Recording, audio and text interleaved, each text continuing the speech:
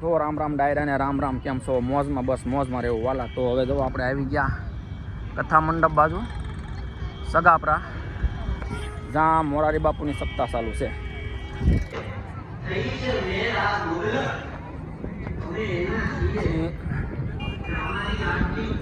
અહીંયા બધી અલગ અલગ સ્ટોર છે. હવે આપણે આગળ જવું શેરડી. ઓલ ધ બેસ્ટ, ફોલો કરતા જઈજો. અને આ છે અંદર પ્રવેશ દ્વાર અને પ્રવેશ દ્વાર આજના ઉપક્રમના અંતિમ ચરણમાં કોઈ 2 દિવસ. અને અહીંયા છે શેરડીનો રસ શીસોડો.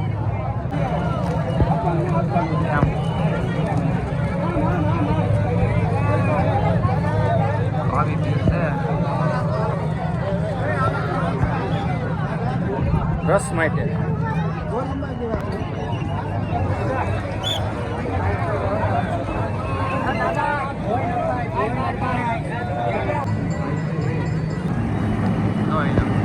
કેવા ગયા છે મોટા ફર્સ્ટ ક્લાસ શેરડી. આવો તો 3 ગયા રાતે બરફ ને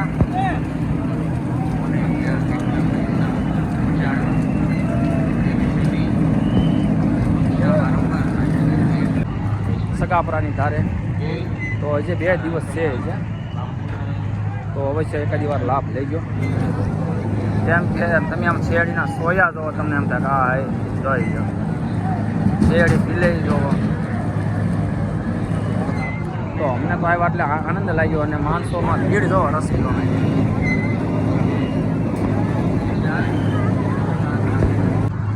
ભોજન જમણવારનું ઓલું છે ના. બીજા નંબરમાં તમારે કંઈક લેવું કારવું હોય તો એના સ્ટોલ છે લાગત. ભરત છે, કોઈ પણ વસ્તુ લેવાનું હોય તો એના માટે એને સ્ટોલ અલગથી બનાવેલા છે. ફૂલદાની છે, બસ આવું સ્ટોલ છે અલગ અલગ જગ્યાએ. કદાચ તમને એમ થાય કે આ વસ્તુ લેવી છે, આ વસ્તુ નથી લેવી, મેળો છે તો એ રીતનું આયોજન છે. તો આ રીતના સ્ટોલ છે બધી. રમકડા છે, થેલા છે, માળા છે, ફૂલદાની, શર્ટ, આવું બધું વગેરે વગેરે વગેરે વગેરે વગેરે. તમારે જે લેવો એ લઈ શકો. આંટો મરાય. અને ઓલી સાઈડ મેળો છે. ના આજે જવાનું છે પણ થોડીક વાર છે. તો ચાલો હવે મળીએ આગળ રસોઈ રૂમમાં. જોઈ લો શાકનું તપેલું છે. જે આવા તો 3-4 છે. અને આગળ આગળ તમને રોટલી બનાવે બરાબર, તો તમને એમ થાય કે આ ખાઈ.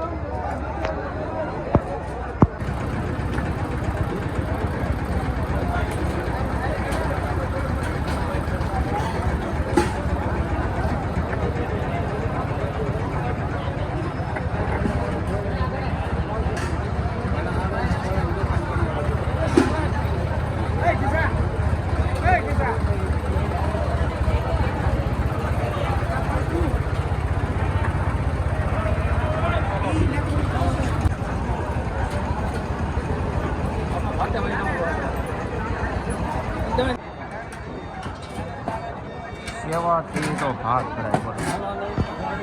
જઈ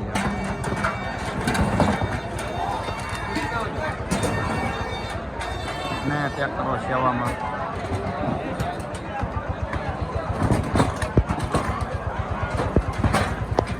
તો આ રીતનું થાય.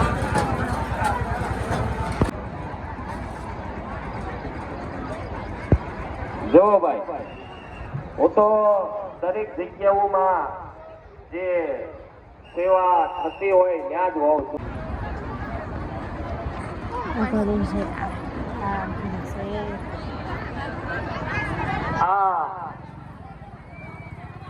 આજે 8મો દિવસ છે.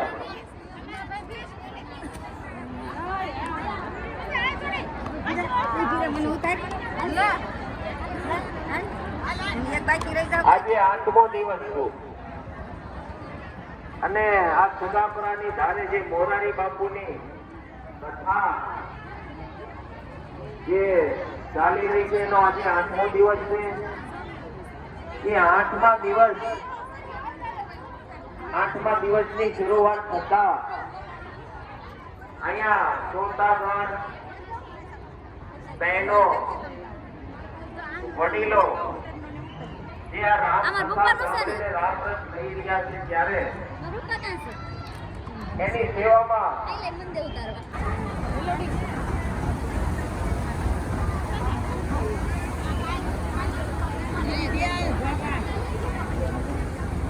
પેલા ગારો સાચી હોય છે હાલવામાં સુંદરજી બગડ છે.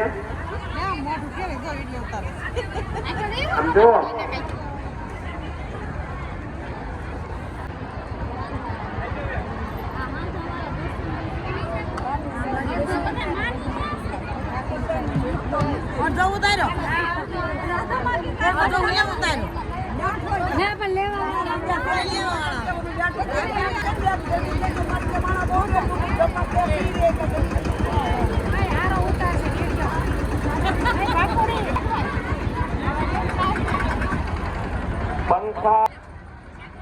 પંખા મિત્રો ચાલુ કરી દઈશું આપણે. એટલે આજે 8મો દિવસ છે જે સેવા કરી રહ્યા છે. આશીર્વાદની લાલગીરી બાપુની સમસ્યા છે જે અહીંયા આપણે લાભ લઈ રહ્યા છીએ ત્યારે અહીંથી કાક એવા સંકલ્પ લઈને જાવી. આપણે કાક સંકલ્પ લઈને જાવી તો આપણે ઘણી વાર વેચન તો કહેતા હોય, બને ત્યાં સુધી વેચન હોય તો અહીંથી 5 વેચન હોય તો 2 વેચન ઓછા કરતા થયું અને એકાદું વેચન હોય તો એને હાવ વેચતા થયું. તો એ તમારા અને ઘણી વાર વેચન ન હોય પણ જીભ પણ ગોવાળા જેવી હોય તો આપણે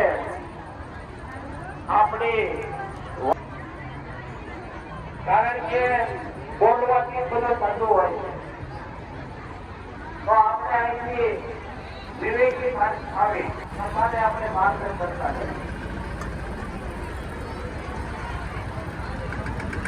અને ખાસ કરી દીકરીઓને આપની દીકરી થાય છે કે તમે માતા પિતાના વગર બંને એવા આગળ હોય એનું માનું આપણી દ્રષ્ટિએ એમ થાય કે આપણા માને ખબર પડતી નથી, આપણા પપ્પાને ખબર પડતી નથી. અત્યારે ડિજિટલ યુગ છે, આવું તમને થતું હોય છે. નકર આ તો બધાને છોડી દેવાનું છે. કોઈ કે ઘમંડ હોય ને તો કાઢી નાખીએ. કોઈ અહીંયા